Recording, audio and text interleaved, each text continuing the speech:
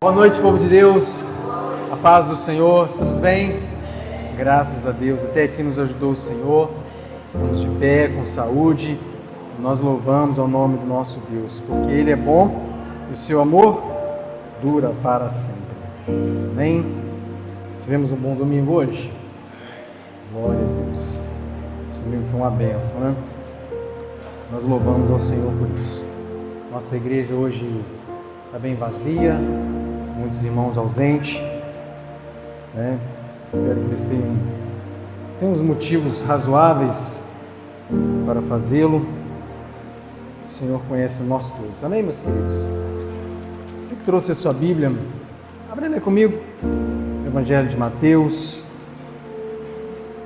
Nós vamos ler 2 versículos no capítulo 13.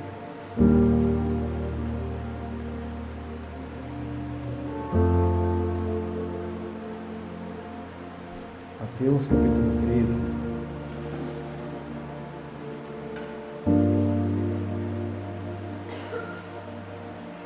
Nós vamos ler os versos 51 e 52.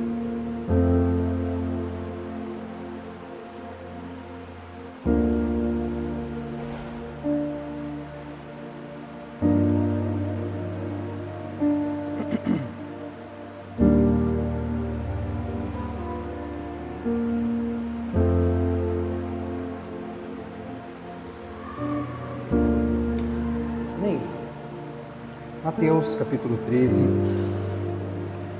versos 51 e 52. Amém, meus irmãos? Todos achamos? Mateus, primeiro livro do Novo Testamento, primeiro evangelista. Está fácil de a gente achar. Se você tiver qualquer dificuldade aí, peça ajuda. Acho que não tem, né?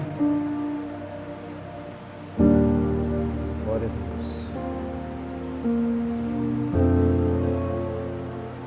Podemos ler? Diz assim: vocês entendem todas essas coisas? Sim, responderam eles. Então ele acrescentou: todo mestre da lei que se torna discípulo no reino dos céus é como o dono de uma casa que tira do seu tesouro verdades preciosas, tanto novas como velhas. Algumas versões podem estar assim: vocês entenderam todas essas parábolas? Sim, responderam eles. Então ele acrescentou: todo mestre instruído na lei, no reino dos Deus, é como o dono de uma casa que tira do seu tesouro coisas novas e coisas velhas. Amém, meus irmãos? Pode fechar sua Bíblia, feche também os seus olhos. Senhor amado, em nome de Jesus, nós oramos, Pai, nessa hora, consagrando a Ti, Senhor amado, esse momento tão precioso, Pai, na nossa vida. É o momento de nós partilharmos a Sua palavra. Senhor, nós pedimos a Sua bênção, Pai, e o auxílio do Teu Santo Espírito, porque sem Ele, Pai, nós não podemos fazer nada. Oramos, Pai querido e amado, para que o Senhor preencha no nosso coração, Pai, o espaço que só o Senhor pode preencher. Nessa noite, Pai querido, nesse momento, Pai, nós nos rendemos ao Senhor. Colocamos, Senhor amado, a nossa vida, o nosso coração diante de Ti, para receber, Pai querido, do Senhor a boa palavra, a boa semente, Pai, enxertada em nossos corações. Fale conosco, Pai querido e amado, nos instrua, nos corrija, nos oriente, Pai, para que não sejamos condenados com o mundo, mas antes, Pai, possamos viver uma vida que Te agrada. E que o Senhor possa, Pai amado, olhar para nós e dizer para nós, Pai, as mesmas palavras que o Senhor disse para o Senhor Jesus no dia do batismo dele: esse é o meu filho, essa é a minha filha, em quem eu me agrado, em quem eu tenho prazer. Pai, nos oriente, nos ajude e fale conosco, Pai querido e amado, nessa noite, no nome do Senhor Jesus. Amém e amém. Amém, meus irmãos? Graças a Deus. Louvado em nome do Senhor Jesus. Nós vamos partilhar a palavra por alguns minutos. Me empreste a sua atenção, porque coisas grandes o Senhor tem a alinhar com a nossa vida hoje. Amém? O texto que nós lemos, irmãos, palavras do Senhor Jesus, falando a respeito de um homem bom, de um homem mau. Era isso que dizia o texto, irmão? Sim ou não? Sim ou não? Era, irmão, de um homem bom e de um homem mau? Não. O texto que nós lemos fala de um homem que é sábio e que é instruído na lei. E esse homem que é sábio e instruído na lei, ele é comparado com o Senhor. como um homem que tira do seu tesouro coisas boas e coisas más. Eu pedi a Duda para poder projetar uma imagem ali, já está ali? O que está escrito lá, irmãos? Reorganizando de onde? Do nosso coração. Eu até procurei, pedi para poder fazer um baúzinho bonitinho, com formato de coração, viu? Não pode ser qualquer baú, tem que ser um formato de coração, né? Vai ter mais a ver com o contexto. É de propósito, aquele coraçãozinho.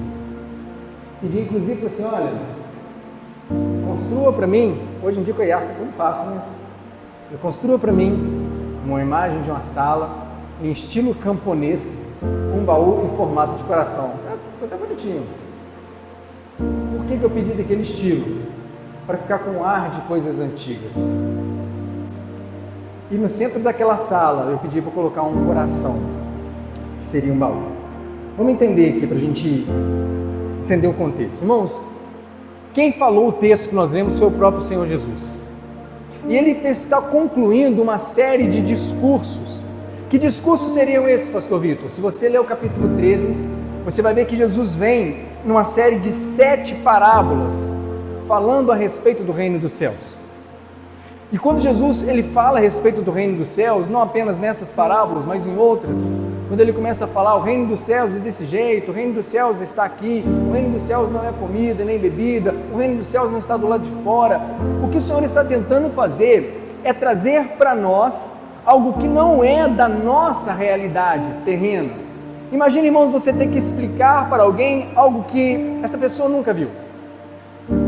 Às vezes eu brinquei com o Nicolas ali há pouco, falei assim, olha, você está aí com as suas 2 unhas encravadas, mas olha pelo lado positivo, o Saci Pererê não teria esse privilégio de ter 2 polegares do pé com a unha encravada. E só funciona a piada, só funciona a brincadeira, porque no nosso imaginário, a gente sabe quem que é o personagem do folclore e o Saci Pererê. Faz sentido? Então tem coisas, irmãos, que se for do conhecimento geral, fica fácil o entendimento. O problema maior é que quando Jesus vem para apresentar o reino dos céus, ele tinha que apresentar uma realidade espiritual, sobrenatural, para um povo que não sabia o que era aquilo. Por isso, quando Jesus está conversando com João, diz assim, olha João não, Nicodemos, né, porque está no Evangelho de João, assim, olha, ninguém jamais subiu ao céu, exceto aquele que desceu do céu.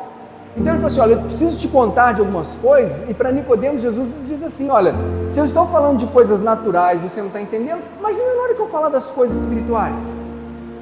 Então, as parábolas que o Senhor Jesus contava, era uma tentativa de trazer aos seus ouvintes uma noção da realidade da qual ele falava.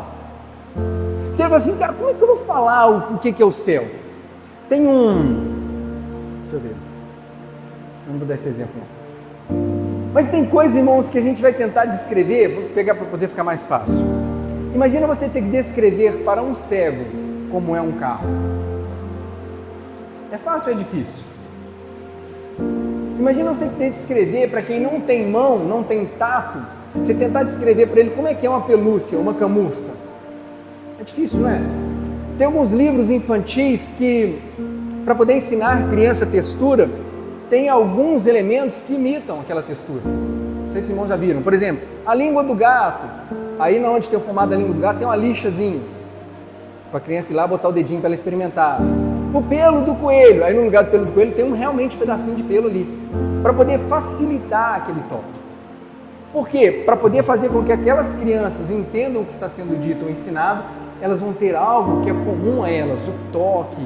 Olha, parece uma lixa. Olha, parece um cobertorzinho, parece um pelinho. E aquilo vai tornando fácil o entendimento.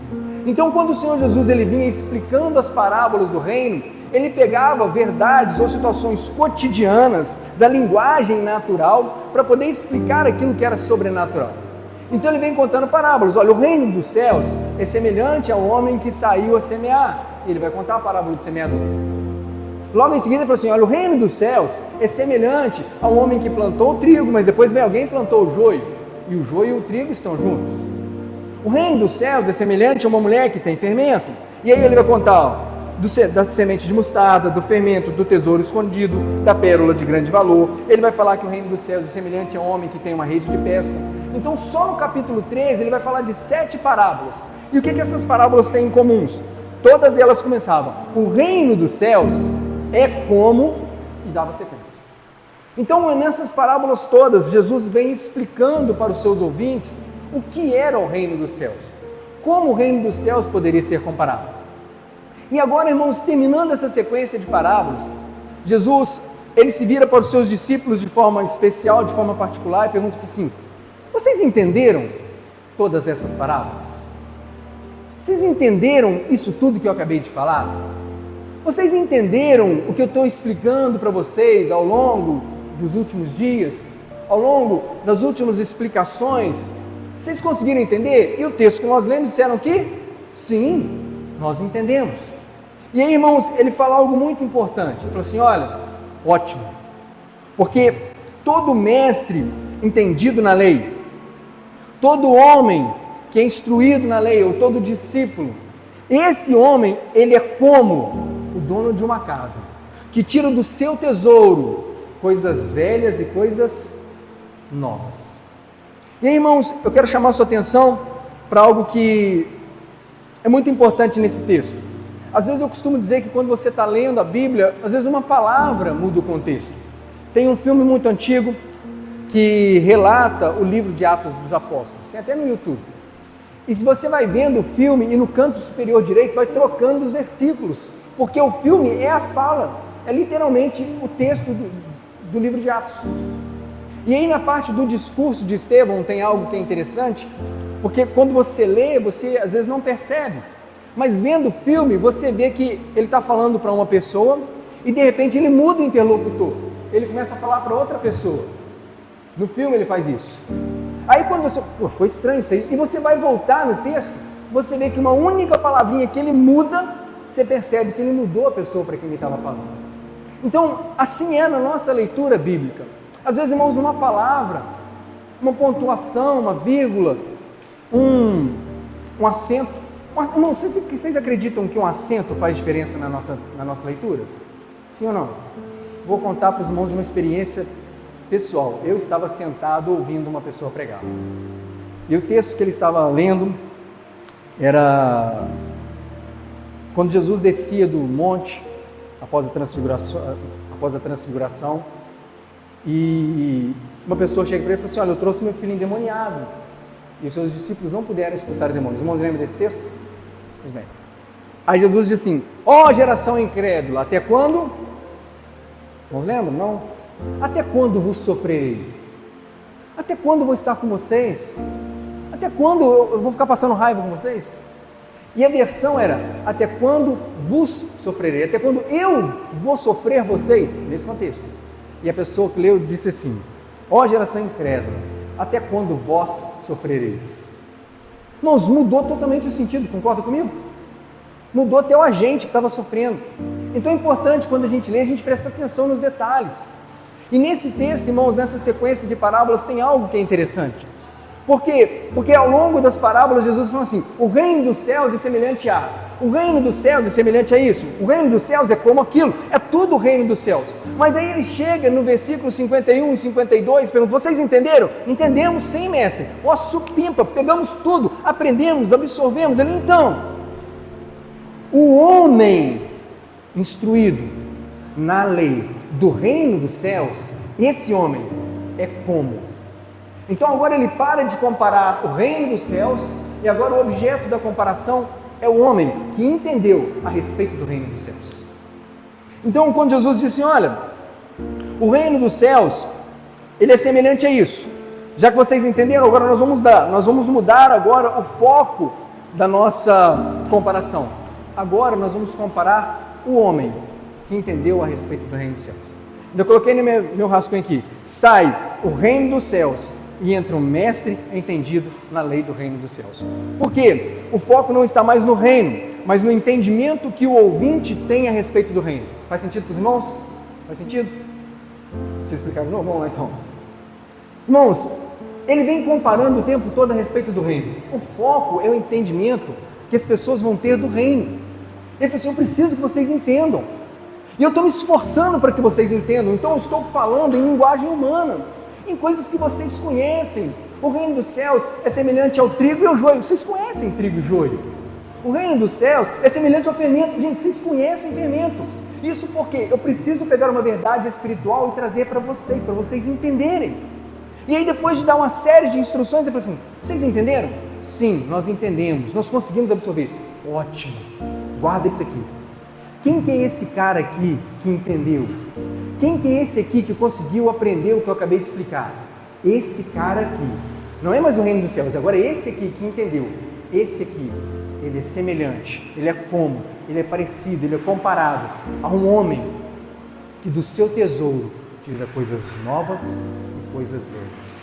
Irmãos, eu não sei quantos anos você tem de igreja, quantas vezes você já ouviu os pregadores dessa casa, quantas palavras você já ouviu na internet, eu não sei quantas vezes você já me ouviu pregar, mas ao longo desses anos você tem aprendido algumas coisas, sim ou não? Então, se nós fizermos a mesma pergunta ou utilizarmos as mesmas palavras que Jesus utilizou para os seus discípulos, vocês entenderam o que vocês ouviram ao longo dos anos? Sim ou não? Via de regra, irmãos, nós entendemos. E se você não entende o que eu prego ou que qualquer outra pessoa prega nessa casa, irmãos, levanta a sua mão, para a gente ali atrás, pergunta, tira dúvida, mas não vai embora sem entender. Porque se você vai embora sem entender, não faz nem sentido a placa que a gente coloca lá atrás de uma palavra simples, de uma palavra que precisa ser entendida. Se alguém recebe a mensagem do reino e não entende, diz a palavra, o maligno vem e rouba. Então nós precisamos entender. Essa era a preocupação de Jesus e foi a primeira parábola que ele contou. Olha, se alguém está ouvindo algo e não está entendendo, o maligno está roubando. E ele conclui dizendo, já que vocês entenderam, eu vou comparar vocês a um homem que do seu tesouro tira coisas boas e coisas más, ou coisas novas e coisas velhas. Se você fizer uma análise, irmãos, é a mesma coisa que Jesus faz no Sermão da Montanha. Capítulos 5, 6 e 7 de Mateus, ele vem falando do Sermão da Montanha, bem-aventurado, ele vem mudando as regras. Olha, antigamente, se você se deitasse com uma mulher, era adultério, mas agora só de você olhar já é adultério. Antigamente, se você fincasse a faca em alguém, era matar, mas agora só de você desejar o mal para o seu irmão no seu coração é matar. Então ele vem reformulando a lei, vem dando um discurso grande, impactante, pesado. E ele conclui assim, olha, o homem que ouve as minhas palavras e as pratica, ele é semelhante ao homem prudente, que construiu a sua casa sobre a rocha. Mas aquele que ouve, não entende, não pratica, não quer seguir, esse é um homem insensato. Então, irmãos, novamente, ao final de um discurso, Jesus ele vai fazer uma comparação a respeito daquele que está ouvindo a mensagem. Nós somos aqueles que temos ouvido a mensagem ao longo dos anos, ao longo dos meses, ao longo das semanas. E se nós temos entendido, nós somos essa comparação que o Senhor Jesus fez no texto que lemos. Nós somos esse homem, essa mulher, instruído na lei do Senhor, que do seu tesouro tira coisas novas e coisas velhas. Amém? O que acontece, meus irmãos? Quando Jesus se volta para os seus participantes, ou melhor, para os seus ouvintes, que são os participantes do reino, ele falou assim, olha, agora vocês vão ser comparados não a mais qualquer pessoa, vocês vão ser comparados a mestres na lei dos céus, discípulos na lei dos céus.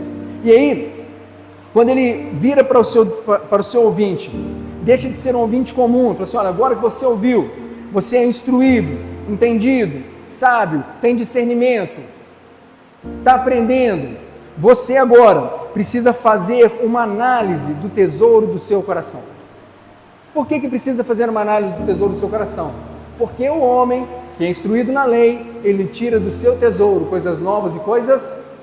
As duas coisas, as novas e as velhas, estão onde, irmãos? No tesouro. E onde é que fica o tesouro do homem? Onde estiver o seu coração, ali está o seu tesouro. Onde estiver o seu tesouro, está o seu coração. O homem bom, do bom tesouro do seu coração, tira coisas boas, mas o homem mau, do mau tesouro do seu coração, tira coisas más. E aí, eu coloquei algo para a gente pensarmos. Se ele tira coisas boas ou más, verdades, né, como diz a Bíblia NVT, novas e velhas, por que o Senhor nos manda fazer essa análise, irmãos? Por que Ele nos chama a fazer essa análise a respeito do tesouro do nosso coração? A reavaliar as coisas que temos dentro de nós. Porque após uma reavaliação, após uma reorganização, sempre existe algo a ser adotado pela postura. Eu não sei, irmãos, se já aconteceu com vocês, eu acredito que já. Quando você faz uma limpeza, uma faxina na sua casa, e você acha um monte de coisa inútil guardada. Acontece com alguém? Coisa assim que, cara, por que eu estou guardando isso? Não faz sentido nenhum mais. Ou então quando você faz uma faxina e você percebe, nossa, isso aqui era tão importante, eu não sabia que isso estava aqui. Faz sentido?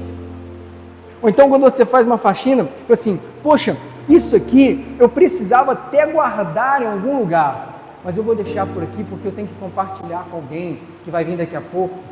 Lá em casa a gente tem, não um problema, né? Mas uma divergência comportamental. Porque, irmão, se eu pegar um negócio que eu vou usar daqui a pouco, ou vou usar amanhã, eu vou deixar em cima da mesa, faz sentido? Para mim faz, cara. Para Priscila não.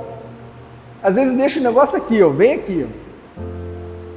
Quando eu volto, gente, cadê o negócio que eu deixei aqui? Ela já guardou. Tem vezes, irmãos, que eu vou organizar as minhas coisas para trabalhar no dia seguinte, eu boto em cima do móvel da sala. Assim, a chave do carro, a chave de casa, o óculos, deixo tudo assim separadinho. Vou para algum lugar. No outro dia eu falei, cadê meus negócios? Já está tudo guardadinho, as chaves dentro dos potinhos. E às vezes, irmãos, eu deixei daquele jeito para me lembrar. E quando tira, eu perco até o que eu tinha que lembrar. Espero que seja em mais caso de mais alguém, não só na minha, irmãos. Isso, irmãos, uma faxina, uma organização faz na nossa vida.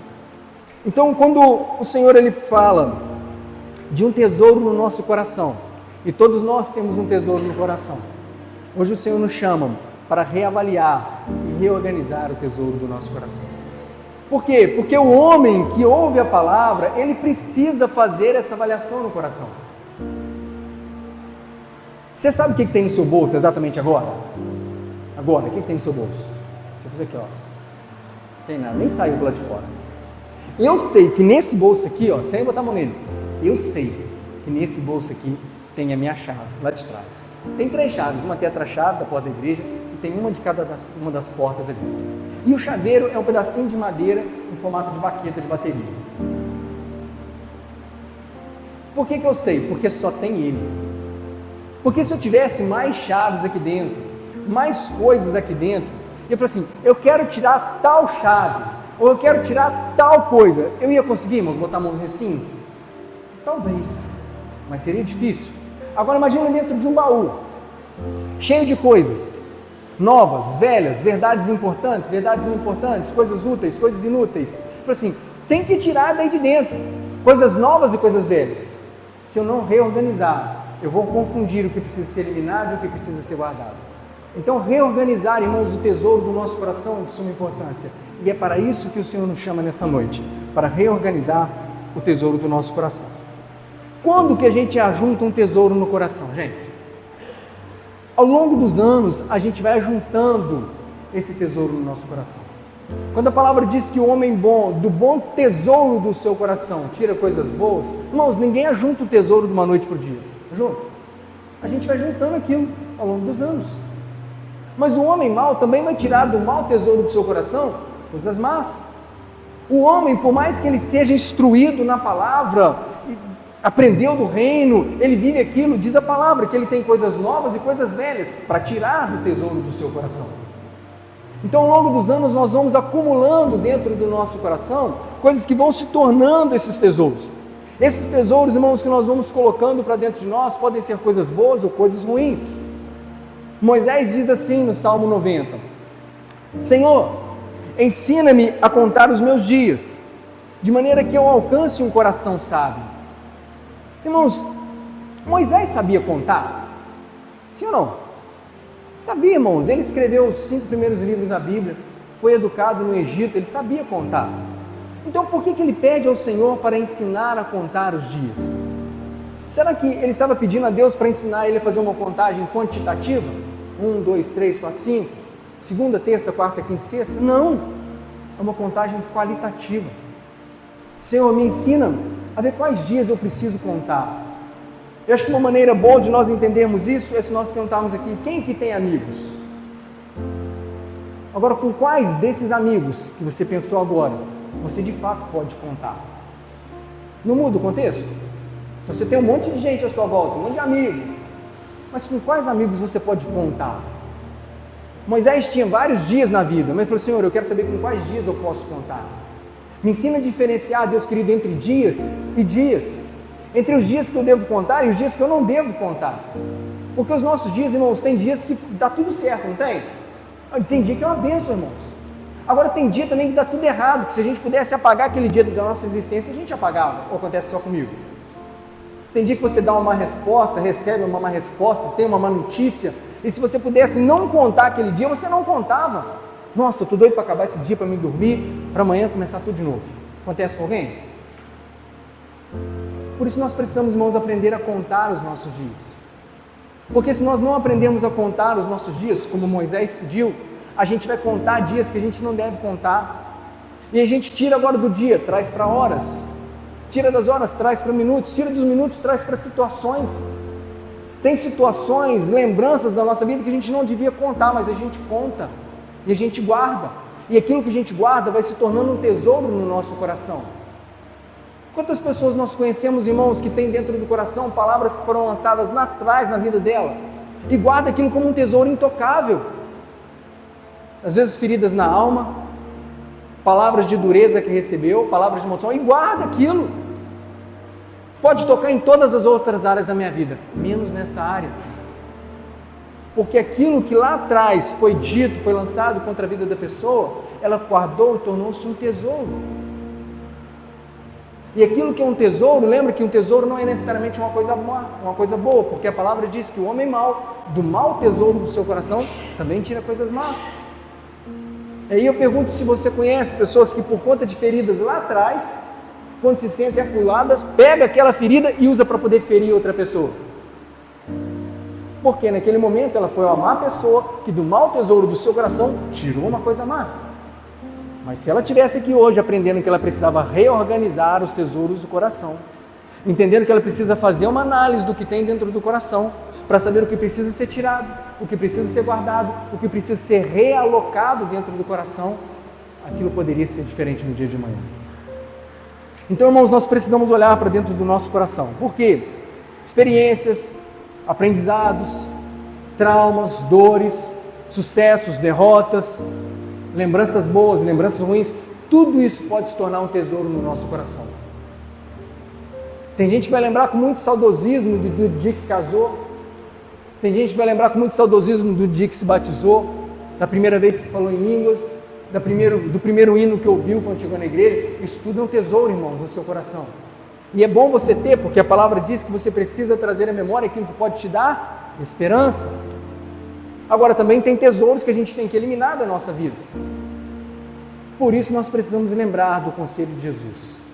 Se nós temos crescido e aprendido na palavra, amadurecido na palavra, a palavra vai fazer com que nós joguemos para fora as coisas novas e coisas velhas, coisas boas e coisas ruins. A questão é hoje, irmãos, se hoje nós abrirmos o tesouro do nosso coração, o que nós vamos encontrar aqui dentro são mais coisas boas ou coisas ruins? Talvez a gente possa colocar numa balança e falar assim: não, pastor Vitor, no meu coração certamente tem mais coisas boas. E eu acredito, irmãos, que tenha. Torço para que tenha mesmo. Só que, às vezes, irmãos, uma única coisinha ruim dentro do nosso coração pode contaminar muitas outras coisas boas. Lembra de Eclesiastes capítulo 10? Assim como as moscas mortas contaminam o perfume do perfumista, um pouquinho de estultícia ou de bobeira, de bobagem, pesa mais que muita sabedoria às vezes. Às vezes, irmãos, a gente passa anos construindo uma boa imagem, um bom testemunho, mas às vezes num deslize a gente pode desconstruir aquilo tudo. Acontece. Às vezes a pessoa faz 1000 coisas certas, mas no dia que faz uma coisa errada, fez errado. Talvez aquela coisa que fez errado, um rompante de comportamento, uma raiz de amargura que ficou lá atrás, é porque ele ainda não tinha tido tempo de reorganizar o tesouro do coração e ver que aquilo que está ali precisava ser tirado, para que se tornasse um homem bom e do bom tesouro do seu coração tirar coisas boas. Sabe, irmãos, a gente pode passar por cima de muitas coisas na nossa vida, mas algumas coisas elas são importantes nós pararmos para refletir. Se você fizer uma análise na sua casa, eu acredito que é assim, porque na minha é assim. Todo dia está varrendo a casa, todo dia está passando um pano.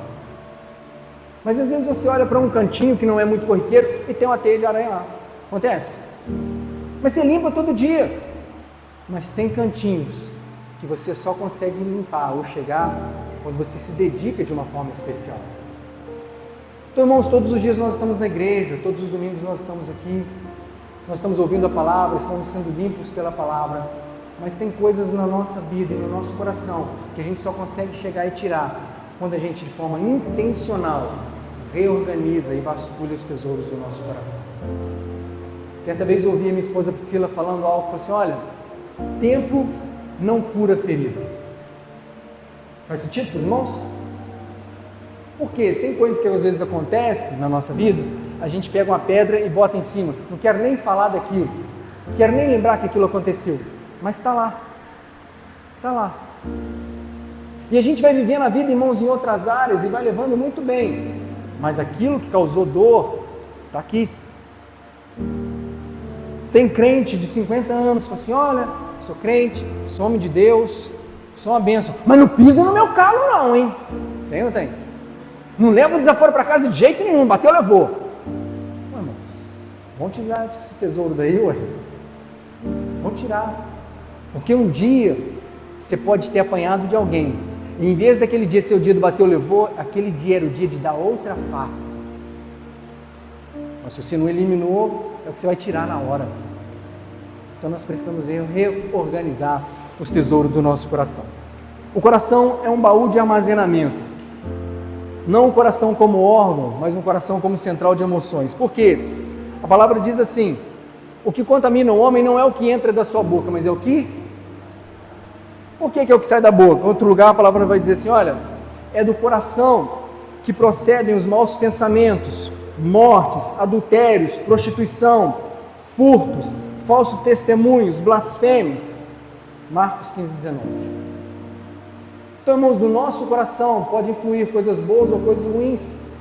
Pastor Vitor, mas meu coração é uma bênção. Seu coração é enganoso, sim ou não? Muito enganoso. Inclusive, em alguns momentos, o nosso coração pode ser tão enganoso, mas tão enganoso, que o nosso coração pode esconder tesouros ruins dentro dele. Não sei se você já conviveu com pessoa que é assim, que ela está precisando ser corrigida e ela vê virtude em tudo na vida dela. E até é difícil, cara, tem uma coisa para errar. Não, mas está tudo bem, está tudo tranquilo. Não, o próprio coração da pessoa engana. É tipo aquelas roupas brega. Vou mudar o exemplo para poder ficar mais fácil. A Ayla, minha filha, ela chega para mim com a Priscila, 3 canetinhas diferentes. Uma amarela, uma laranja e uma verde. Não necessariamente essas cores, mas para os irmãos entenderem. Tipo assim: mãe, escolhe uma. Ela: amarela. Aí ela: ô pai, escolhe uma. Eu: amarela. Ela: Alice, escolhe uma. Amarela. Ela: eu acho que vou ficar com a verde mesmo. Então, por que perguntou? É o exemplo de uma criança de 5 anos. Mas às vezes o nosso coração faz isso com a gente. Tem uma coisa errada? Não, está tudo tranquilo. Tem uma coisa errada? Não, está tudo tranquilo. Tem uma coisa errada? Não, está tudo tranquilo. E a gente é enganado, irmãos, por um coração que é enganoso. Então, nós precisamos tomar esse cuidado e todos os dias contar para nós termos um coração sábio. O que acontece? Quando nós reorganizamos o nosso coração, a gente começa a achar condutas que precisam ser ajustadas. Via de regra, irmão, se alguém te pergunta se está tudo bem, qual que é a resposta que vem na ponta da língua? Está tudo bem. E aí, cara, está tudo jóia? Não, está tudo jóia. Fala, varão, está na bênção? Está na bênção, não é assim que funciona? É a palavra que está na ponta dos nossos lábios. Nós precisamos ser humildes, irmãos, como o salmista. Talvez o salmista também tivesse esse comportamento. E aí, cara, como é que está? Está na bênção? Está na bênção. Mas quando ele chegou no particular, ele se vira para Deus e falou assim: Senhor, sonda o meu coração, vê se em mim algum caminho que não está legal, revira o meu baú aqui, porque se tiver em mim algum caminho mau, livra-me dele e me guia pelo caminho eterno. Então, irmãos, isso passa a fazer sentido, porque o nosso coração é enganoso. Agora, o que eu faço, pastor Vitor, após vasculhar o coração?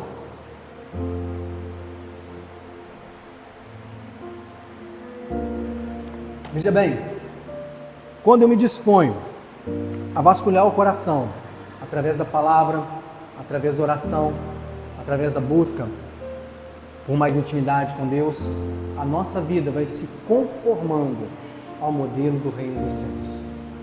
Lembra que o Senhor Jesus disse? O reino dos céus é semelhante a isso, o reino dos céus é semelhante àquilo, o reino dos céus é semelhante dessa forma, no reino dos céus as coisas funcionam assim.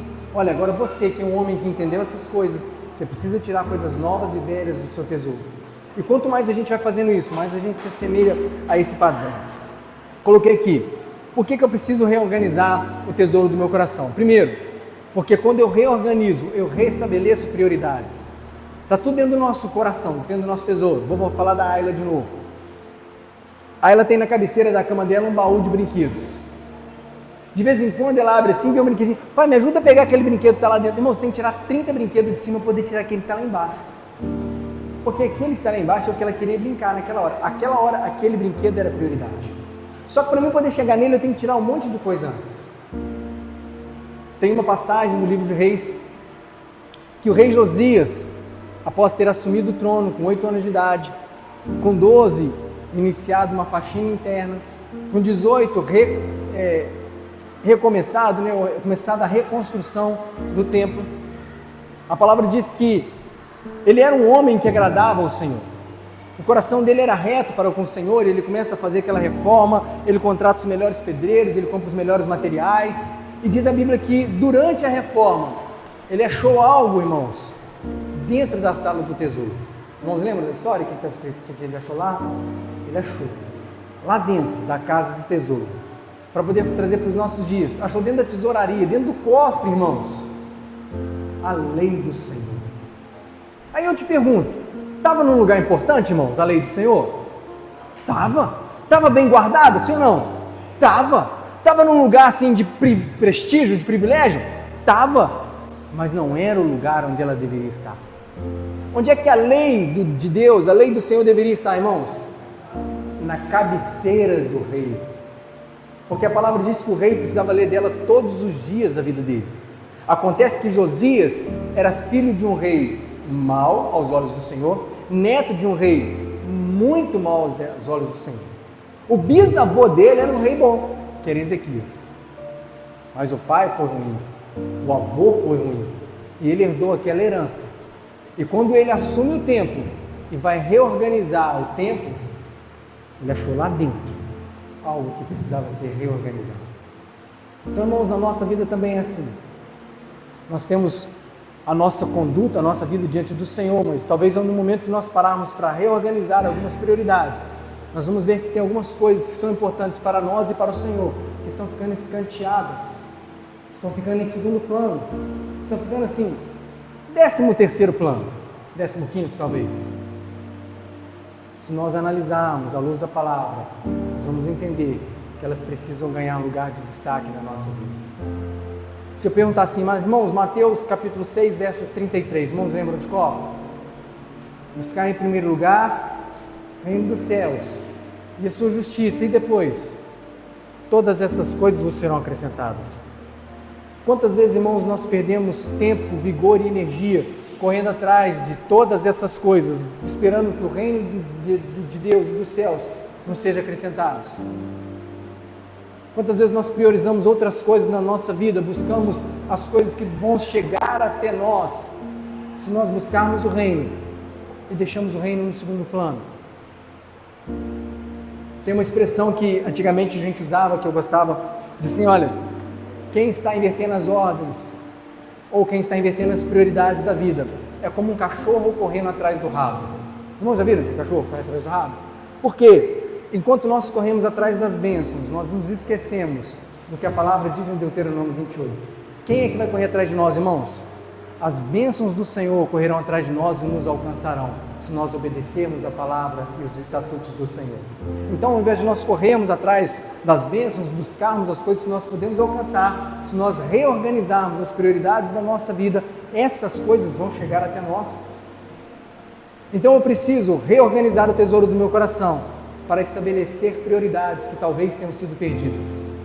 Talvez, irmãos, se nós formos sinceros conosco mesmo, quando nós fizermos a listinha da prioridade da nossa vida, nós vamos ver que aquilo que a gente acha está em primeiro, talvez não está em primeiro. Talvez a gente vai ver que aquele que a gente achou que era, esse aqui está lá para trás, ele está ocupando um lugar de importância que não deveria ocupar. Então nós precisamos reorganizar os tesouros da nossa vida. Outro detalhe, quando eu faço uma reorganização do tesouro do meu coração, eu vou encontrar o novo e o velho, como diz a palavra. E a gente começa a caminhar para o final. Diz assim: o homem que é instruído na lei do Senhor, quando ele faz uma análise do seu coração, do seu tesouro, que é o dono da casa, ele tira coisas velhas e novas. Não é isso que está escrito na palavra? Tanto as coisas velhas quanto novas são para ti. Não é isso que diz? Entende, irmão? O homem tira, joga para fora coisas velhas e coisas novas. Ora, irmãos, por que a gente precisa tirar coisas velhas e coisas novas? Por que nós precisamos o tempo todo tirar do nosso coração, tirar desse tesouro, coisas velhas e novas? Porque cada uma dessas coisas tem uma finalidade diferente. Aquilo que é novo, que é útil, que é proveitoso, que me torna um bom homem, porque o homem bom, do bom tesouro do seu coração, tira coisas boas. Aquilo que faz com que eu seja bom diante das pessoas, bom diante dos homens. Aquilo que o Senhor me deu, que é um bom tesouro, eu preciso tirar para fora, para compartilhar com os outros, para abençoar a vida daqueles que estão à minha volta. Irmãos, tem coisas que Deus já confiou nas nossas mãos, talentos, dons, recursos, que Deus confiou a nós, que hoje fazem parte do nosso acervo de um bom tesouro, que nós precisamos tirar para fora, porque nós já entendemos a palavra, mas a gente tira para fora, para compartilhar com quem está à nossa volta. Lembra da parábola dos talentos? Deixa eu perguntar assim, irmãos, quantos talentos foram distribuídos nas parábolas dos 10 talentos? Quantos? Quantos, irmãos? Quantos talentos foram distribuídos na parábola dos 10 talentos? Não, 8. Está vendo? Era 5, 2 e 1. Amém? Por que fala 10 então? Porque o camarada que tinha 5 entregou 10. Mas todos eles receberam algo de bom do Senhor. E aquilo que ele recebeu do Senhor não podia ficar só para ele. Porque quando o Senhor da terra voltou, ele falou assim: cara, o que você fez com aquilo que eu te dei? Você granjeou? Você negociou? Você semeou na vida de alguém? Você fez aquilo multiplicar? Pastor Vitor, mas se Deus me der algo e eu semear para outra pessoa, eu não vou fazer multiplicar? Claro que vai, ué. Antes é uma pessoa abençoada. Quando eu compartilho com o pastor Jair, quantas pessoas são abençoadas? 2. E quando o pastor Jair compartilha com outra pessoa, já são 3. Então aquilo que Deus confiou na minha mão, como talento na minha vida, eu vou multiplicando de maneira tal que eu estou fazendo com que o meu tesouro, tirado para fora, seja compartilhado e sirva de instrumento para abençoar outras pessoas. Agora, se você tem recebido algo do Senhor e tem enterrado o seu talento, quando o dono do talento te perguntar, fala, por que você nunca tirou? Porque eu fiquei com medo de perder. Não, filho, isso não acaba. Isso é para ser multiplicado. Isso é aquilo que é bom e que você, como um bom homem, uma boa mulher, precisa tirar do tesouro do seu coração. Agora, o mesmo homem que entendeu a palavra, que é bom, que é mestre da lei, que agora é comparado com aquele que compreendeu a respeito do reino, que vive as verdades do reino, ele também tira coisas velhas do seu tesouro. Se da mesma forma que eu tiro as coisas boas e ela tem uma finalidade, aquele tirar, as coisas velhas também têm uma finalidade. Por quê? Tem coisas, irmãos, que nós guardamos no nosso coração que já se tornou velho, já se tornou inútil, já se tornou obsoleto. E aí quando eu preciso tirar para fora, quando eu tiro algo, irmãos, que está ocupando espaço, que não tem mais serventia, um espaço é criado para me receber coisas boas. Um espaço é criado para que as coisas que estão boas ainda dentro do coração não sejam contaminadas pelas coisas ruins. Tem coisas no nosso coração, irmãos, que não prestam ainda, sim ou não? No meu tem. Eu não sei se acontece com você, de vez em quando você se surpreender com alguns pensamentos que você tem a respeito de algumas situações. Assim, caraca, de onde veio isso? Que ideia foi essa que veio na cabeça? De vez em quando acontece comigo.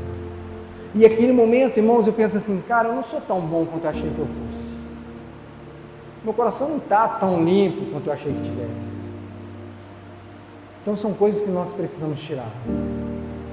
E aí, irmãos, nós precisamos entender que nem sempre as coisas que a gente precisa tirar do coração são necessariamente coisas velhas ou coisas ruins, coisas que desagradam a Deus. Tem coisas que a gente guarda no coração que foram úteis por muito tempo na nossa vida, mas já se tornaram obsoletas. Vou falar algo para os irmãos. Imagina que, sabe quando a gente fala que fulano de tal precisa voltar ao primeiro amor? Já ouviu essa expressão? Se eu perguntar para você, quando você lá atrás tinha o primeiro amor, aceitou a Cristo, irmãos, não parecia que a gente via purpurina em tudo quanto é lugar? Tudo era lindo, tudo era bonito, tudo era espiritual. Era assim, não era? O que aconteceu de lá para cá? Nós ficamos mais casca grossa? Nós esfriamos? Ou a gente começou a descobrir a verdade a respeito de algumas coisas? Algumas coisas a gente começou a ver e falou assim, não era assim como eu pensava, não. Acontece ou não acontece? E aquilo, irmãos, às vezes vai quebrando alguns encantos na nossa vida. Tem pessoas que se frustraram porque criaram um imaginário num pastor, numa igreja, num evangelho que foi apresentado, e quando aquilo foi quebrado, lá se foi o primeiro amor junto. Aquilo que um dia foi verdade para ela, foi top, com o passar do tempo deixou de ser. E porque deixou de ser, aquilo que um dia foi verdade precisa ser tirado. Porque era verdade, mas se tornou uma verdade obsoleta, já não serve para mais nada. Hoje já não presta mais. Um dia, Moisés dirigindo o povo no deserto, ouve das pessoas, falou assim, olha Moisés, o lugar para onde você nos trouxe é um lugar muito ruim. Aqui não tem comida, não tem pão, não tem água, só tem esse maná. E a nossa alma tem fastio desse pão miserável. Irmãos, aquilo soa tão mal aos ouvidos do Senhor que Deus mandou serpentes abrasadoras para andar no meio das pessoas. E aquelas serpentes picavam as pessoas e quem era picado morria. E aquelas pessoas, vendo os seus companheiros morrendo, correram até Moisés e falaram, Moisés, ore a Deus para que o Senhor faça essa praga passar. E Deus não instalou o dedo, irmãos. Deus podia ter feito isso, mas não fez. Falou, Moisés, levante uma serpente, uma haste de bronze, e bote uma serpente de bronze. Toda pessoa que for picada e olhar para aquela serpente, viverá. E assim Moisés fez, irmãos. Eu gosto de fazer uma análise quando eu leio. A serpente estava pronta, irmãos? Não. Eu não sei como é que é a sua habilidade com bronze. Há quanto tempo você demoraria para poder fazer uma haste, uma serpente de bronze? Bom, não foi de uma hora para outra. E as pessoas lá desesperadas, correndo da serpente para tudo quanto é lado. E Moisés fazendo a serpente. E quando enfim a serpente fica pronta, miraculosamente, quem olhava para a serpente não morria. Irmãos, aquilo dali foi o elixir dos deuses. Caraca, agora tudo será diferente. Achamos a nossa solução. Lá no livro de João, quando Jesus está conversando com Nicodemos, ele se lembra, olha Nicodemos, você se lembra quando Moisés levantou a serpente no deserto? Lembra? Pois bem, assim como Moisés levantou a serpente no deserto, importa que o Filho do Homem seja levantado. Lá atrás, irmãos, a serpente de bronze cumpriu o papel dela? Cumpriu. Lá na frente, quando Jesus fala, a serpente de bronze cumpriu o papel dela? Cumpriu. Foi levantado para que sirva de exemplo. O Filho do Homem também vai ser levantado. Agora eu te pergunto, aquilo que foi verdade para os israelitas, que foi instrumento de bênção, que foi direção do Senhor para servir de libertação, de salvação, de cura, que foi verdade no momento, que era coisa nova, providência do Senhor, top! Eles guardaram, pastor Jair. E depois veio uma outra geração, e eles continuaram guardando. E depois veio uma outra geração, e eles continuaram guardando. Morreu Moisés, morreu Josué, passaram-se quase 400 anos do livro de Juízes, vem Samuel, fica um pouco, o povo pede um rei, vem Saul, Davi, Salomão, toda a linhagem do reino dividido, até que um dia Ezequias assume o reino de Judá. E Ezequias, bisavô do rei Josias, tinha um coração que era reto para com o Senhor. E olha que interessante, 2 Reis capítulo 18, versos 3 e 4, o rei Ezequias, ele fez aquilo que o Senhor aprova, ou ele era reto para com o Senhor, tal como tinha feito Davi, o seu predecessor. Removeu os altares idólatras, quebrou as colunas sagradas e derrubou os postes sagrados. Despedaçou a serpente de bronze que Moisés havia feito, pois até aquela época os israelitas queimavam incenso e lhe prestavam culto, e tinham dado um nome para a serpente, chamava Neustã.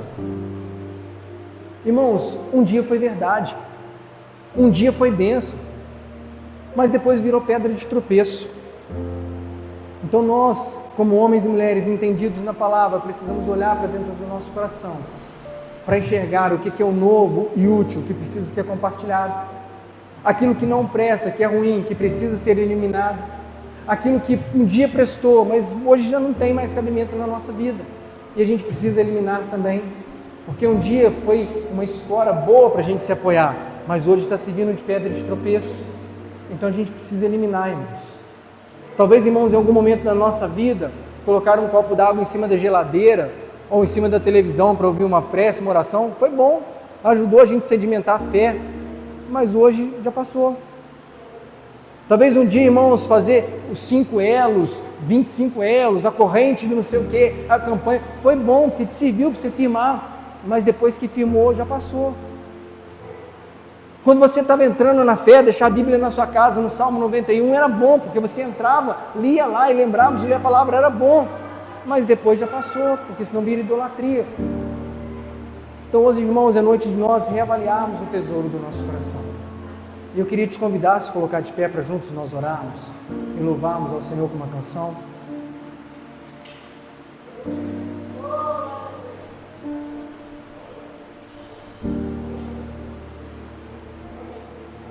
Aquele que entende, irmãos, a palavra do reino, esse precisa fazer uma análise do seu tesouro. Por quê? Porque não é opcional. Ele vai tirar do tesouro coisas boas e coisas novas. Ele vai tirar do tesouro coisas ruins e coisas boas. Coisas velhas, coisas novas. Coisas úteis, coisas inúteis. Coisas obsoletas e coisas muito úteis ainda. A questão, qual é então, pastor Vitor? É o momento que a gente escolhe fazer isso. Tem gente, irmãos, que espera para poder passar mal em casa e ficar muito ruim. Mas tem gente que quando começa a passar mal, ele corre para o hospital, porque se piorar ele está no lugar certo. Faz sentido? Os dois passaram mal. Então todos nós, irmãos, de igual forma, nós vamos tirar as coisas do nosso coração. Se nós tirarmos na presença do Senhor, Ele pode nos ajudar. Se nós deixarmos para tirar na presença de um próximo, de um amigo, de um ente querido, nós podemos ferir, nós podemos machucar, nós podemos ter um resultado muito ruim. E hoje é noite de nós fazermos essa análise. Amém? Feche os seus olhos em nome do Senhor Jesus. Pai querido, esta casa, Senhor amado, chamada de casa de oração, esta casa, Senhor amado, onde o Senhor escolheu para colocar o Teu nome, nos deu, Pai, como lugar onde possamos buscar a Tua face, levantar a nossa voz, Pai querido, em oração, em coração contrito. É neste lugar, Pai querido, que nós escolhemos para abrir o tesouro do nosso coração. Deus querido, é sempre melhor, Pai querido, nós faxinarmos o nosso coração num ambiente claro, onde há a luz do Teu Espírito Santo, Pai, do que fazermos isso num ambiente de escuridão. Por isso, Pai querido, na Tua presença nesta noite, Pai, nós pedimos o Teu auxílio. Nos ajude, Senhor amado, a olhar para dentro de nós, Pai, e encontrar, Pai, aquilo que é bom, aquilo que é útil, mas também, Senhor amado, aquilo que é inútil, aquilo que é velho, aquilo, Senhor amado, que é obsoleto, que um dia, Pai querido, foi verdade inegociável, Pai, mas hoje tem atrapalhado o nosso avanço. Nós oramos, Pai querido, por uma renovação de mente, nós oramos, Pai querido, por uma renovação de coração. Nos ajude, Senhor amado, por intermédio do Teu Santo Espírito, a reorganizar, Pai querido, o nosso coração. Nos ensine, Pai querido, as prioridades do Teu reino, Senhor, e faça com que, Senhor amado, nosso coração seja um coração organizado, Um coração, Pai querido, cujas prioridades, Senhor amado, apontem para o Senhor. Nos ajude, Senhor amado, a sermos homens e mulheres que estão enquadrados, Pai querido, na categoria do homem bom, que do bom tesouro do seu coração tira coisas boas, para que nós possamos compartilhar, Senhor, semear com aqueles que estão à nossa volta, e que o Teu nome seja glorificado, Pai, por cada um desse compartilhamento. Nós oramos, Pai querido, para que a nossa vida, Pai, seja um eterno resplandecer da Tua ação, do Teu mover, da Tua graça e da Tua misericórdia. Que quando o Senhor olhar para nós, Pai, nós possamos ter a mesma resposta que os discípulos naquele dia. Nós temos entendido, Pai, aquilo que o Senhor tem nos dito a respeito do Teu reino. Nós temos entendido, Pai, o que o Senhor tem nos dito a respeito da Tua palavra. E como consequência, Pai, dia após dia, nós vamos tirar coisas novas e coisas velhas. Nos ajude, Senhor, para que o nosso coração tenha mais coisas novas do que coisas velhas. Nos ajude, Senhor amado, para que o nosso coração tenha mais coisas boas do que coisas más. Nos ajude, Pai querido, para que quando abrirmos a nossa boca e falarmos, Pai querido, do que há de abundância no nosso coração, nós possamos abençoar e não contaminar. Pai querido e amado, essa é a nossa oração. Pai querido, clamando em conformidade com o salmista que pede: sonda-nos, Senhor, sonda o nosso coração, vê se em nós, Pai querido, caminho mau, e se tiver, Senhor amado, nos guie pela vereda da Tua justiça, por amor do Teu nome, para que o Teu nome, Pai, seja glorificado em nós e através de nós. Nós oramos, Pai querido e amado, e no nome do Senhor Jesus, nós já Te agradecemos. Amém e amém. Louvado o nome do Senhor. Vamos aplaudir o nome do Senhor. Ele é bom e o seu amor dura para